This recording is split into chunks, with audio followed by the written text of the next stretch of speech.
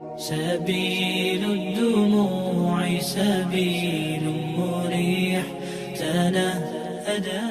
إن الحمد لله نحمده ونستعينه ونستغفره ونعوذ بالله من شرور أنفسنا ومن سيئات أعمالنا. من يهده الله فلا مضل له ومن يضلل فلا هادي له. أشهد أن لا إله إلا الله وحده لا شريك له وأشهد أن محمدا عبده ورسوله لا نبي بعده. اللهم صل على محمد وعلى آل محمد. أما بعد، فيا أيها الناس اتقوا الله حق تقاته ولا تموتن إلا وأنتم مسلمون. قال الله تعالى: يا أيها الذين آمنوا توبوا إلى الله توبة نصوحا. Sadaqallahul Azim. Sidang jamaah Jumat yang dimuliakan oleh Allah Subhanahu wa taala, memuji dan bersyukur pada Allah Subhanahu wa taala, kita semua masih diberikan umur yang panjang ini, di mana sisa-sisa waktu yang Allah berikan ini sebagai rasa syukur kita di hadapan Allah adalah dengan menjadikan sisa umur ini semakin dekat dengan Allah Subhanahu wa taala, dengan senantiasa menjalankan apa yang telah Allah perintahkan dan menjauhi apa yang Allah benci. Salawat dan salam juga selalu kita berselawat pada junjungan Nabi Muhammad sallallahu alaihi wasallam, Rasul akhir zaman, sebagai khatamun Nabi yang dengan syariatnya sebagai penentu seorang itu akan dapat memasuki surganya Allah dengan selamat, ataukah dapat memasuki surganya Allah dengan cara merangkak, atau bahkan dapat memasuki surganya Allah dengan mesti melewati neraka Allah Subhanahu wa taala. Nauzubillah. Maka semua telah Rasulullah SAW menjelaskan bagaimana seorang itu memasuki surganya Allah dengan cara yang tepat, bagaimana seseorang itu memasuki surganya Allah dengan cara merangkak, bagaimana seseorang itu memasuki surganya Allah tapi melewati siksa neraka. Maka sebagai muslim yang baik, yang menginginkan kehidupannya bahagia dunia dan akhirat, maka dia akan senantiasa mengambil seruan Rasulullah bagaimana mendapatkan surga dengan proses perjalanan yang cepat tanpa ada hambatan. Semoga kita semua termasuk dalam bagian seorang muslim yang masuk ke surganya Allah tanpa hambatan. Amin ya rabbal alamin. Setelah kita lupa mengajak diri pribadi dan jemaah sekalian, senantiasa kita meningkatkan iman dan takwa kita kepada Allah Subhanahu wa taala, senantiasa mengkaji ilmu Allah Subhanahu wa taala.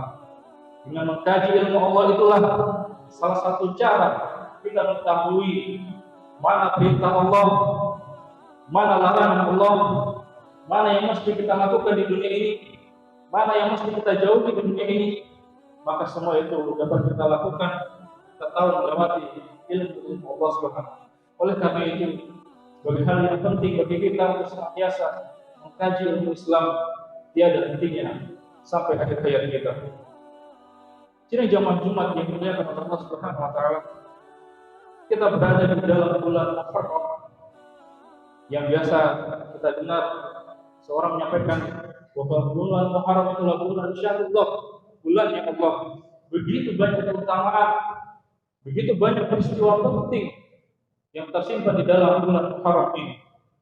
Di antara yang pertama adalah Nabi Musa alaihissalam diberikan kemenangan melawan Raja Fir'aun ialah di dalam bulan Muharram.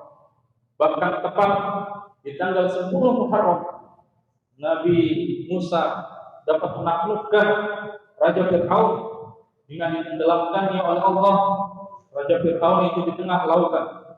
Oleh karena itu, kaum muslimin sekalian, Bani Israel menjadikan 10 Muharram atau biasa disebut dengan Asyura adalah sesuatu yang disakralkan. Bahkan Bani Israel menjadikan hari 10 Muharram itu sebagai hari saum mereka. Sidang jamaah Jumat yang dimuliakan oleh Allah Subhanahu wa taala.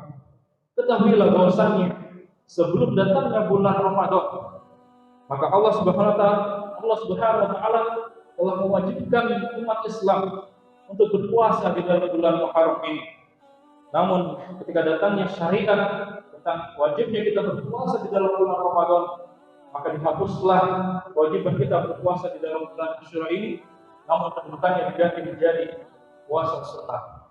Itulah yang insya Allah akan kita datangi, akan kita hadapi dalam beberapa waktu ke depan, yaitu sebelum Muharram.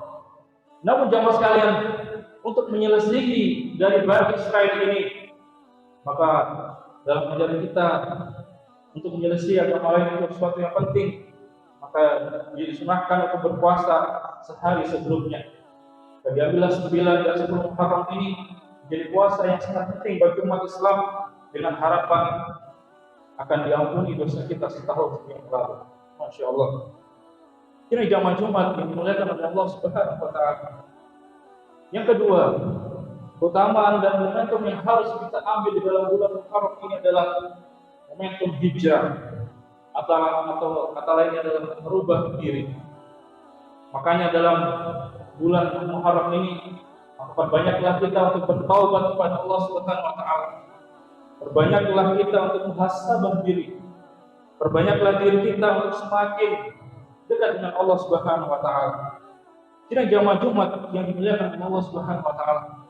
Bergantinya tahun ini, bergantinya bulan, bergantinya pekan, bergantinya hari, bahkan bergantinya menit ataupun detik bagi seseorang muslim, maka tidak ada hal yang lebih penting bagi dirinya melainkan bermusahabah diri setiap muslim tersebut. Kaum muslimin sidang jamaah Jumat yang dimuliakan oleh Allah Subhanahu wa taala, maka sering-seringlah kita bermusyawarah. Lihatlah wajah kita, lihatlah mata kita. Sudahkah mata kita ini melihat sesuatu yang Allah cintai, ataukah justru mata ini digunakan untuk melihat hal-hal yang dibenci oleh Allah, yaitu kemaksiatan? Sudahkah mata kita gunakan untuk sebaik-baiknya melihat yang Allah inginkan, bukannya kita melihat sesuatu yang diharapkan oleh Allah Subhanahu wa taala, baik di dalam dunia nyata misalkan, atau bahkan itu di dalam dunia maya. Kita lihat telinga kita, kaum muslimin sekalian. Sudahkah telinga kita gunakan untuk mendengar ayat-ayat Allah? Sudahkah telinga kita gunakan untuk mendengarkan kajian-kajian Islam? Ataukah di sisa waktu yang ada ini, telinga kita justru kita gunakan untuk mendengarkan musik-musik yang diharapkan oleh Allah Subhanahu wa taala? Lihatlah dalam cermin itu jamaah sekalian. Mulut kita, perhatikan dengan detail.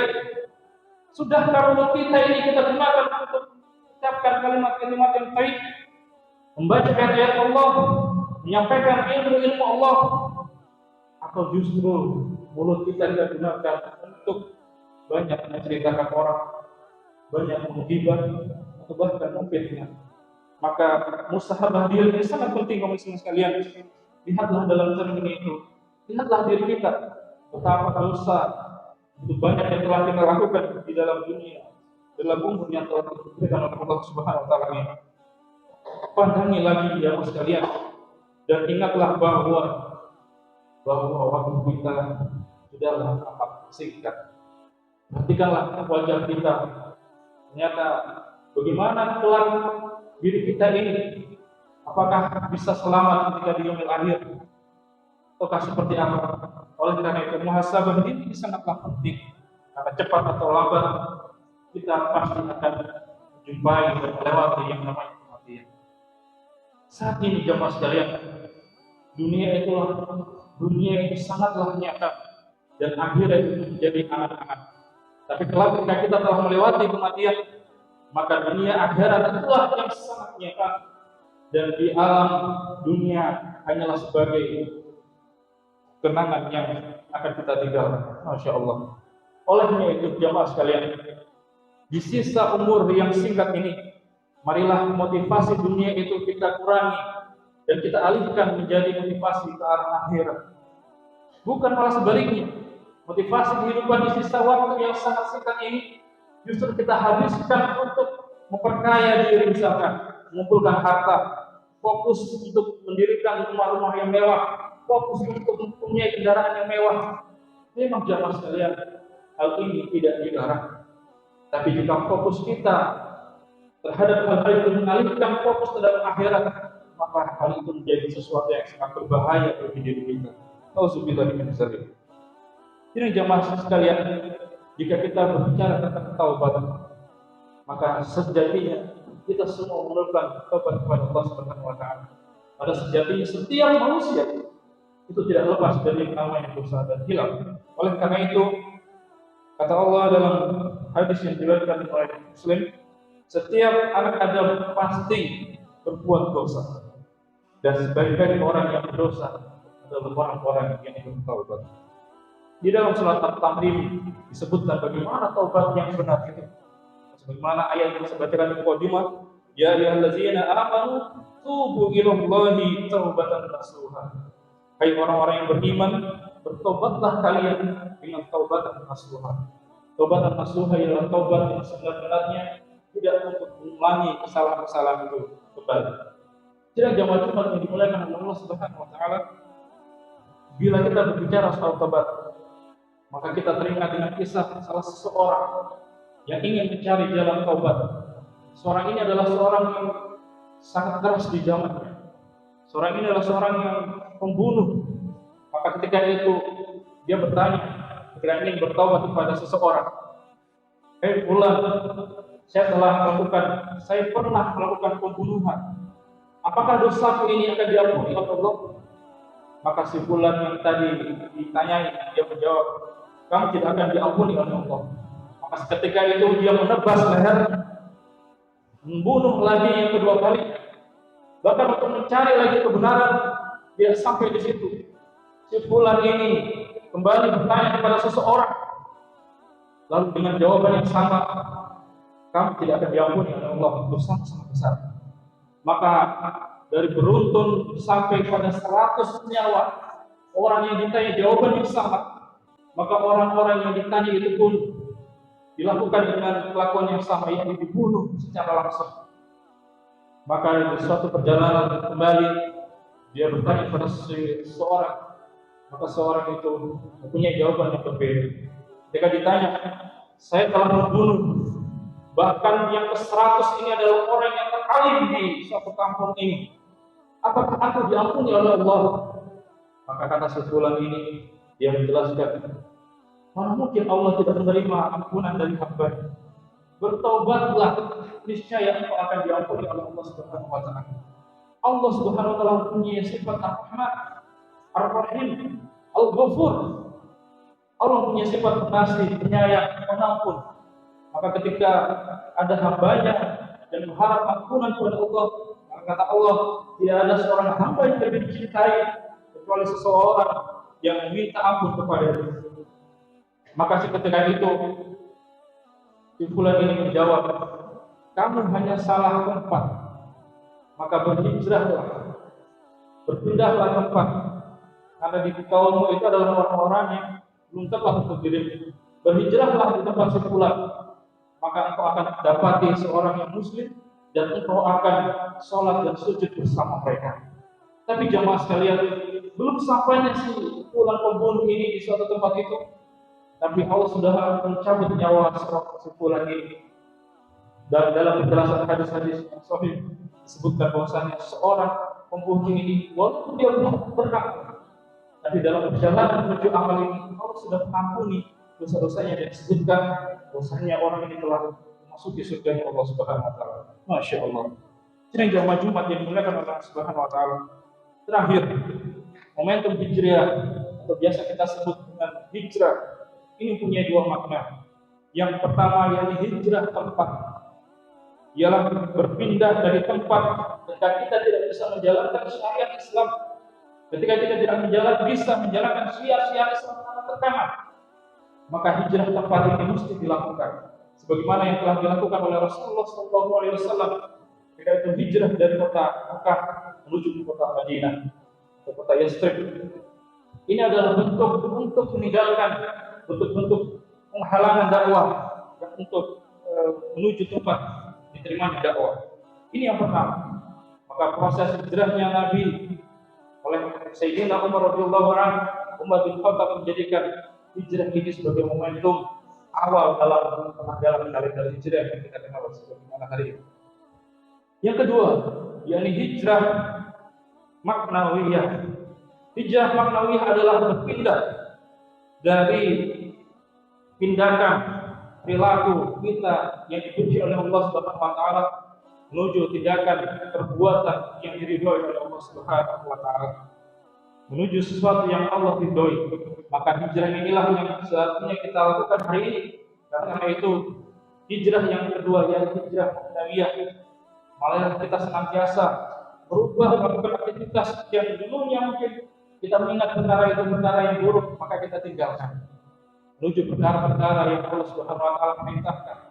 Bahkan jemaah sekalian, hijrahnya Nabi Muhammad SAW dalam makna hijrah keempat ini itu adalah dalam salah satu bentuk hijrah maknawiyah atau hijrah merubah antara kehidupan yang dikekang, larangan untuk menjalankan hukum Allah menuju tempat untuk diterapkan hukum Allah. Karena proses hijrahnya Nabi pada saat itu bukan hanya hijrah untuk bagaimana dia bisa sholat, bagaimana Nabi bisa berpuasa, bagaimana sahabat bisa menjalankan syariat Islam, tapi makna hijrahnya Nabi berpindah ke kota Madinah. Dalam tangan kota Madinah mereka menyetujui diterapkan syariat Islam secara kafah dalam dakwah Islamiyah yang pada saat itu Nabi Muhammad SAW menjadi khalifah atau pemimpin dalam hal bernegara. Demikian, barakallahu walakum ala azim wa nafa'ana fi ma ayati wa zikril hakim. Aku kulihat sebagai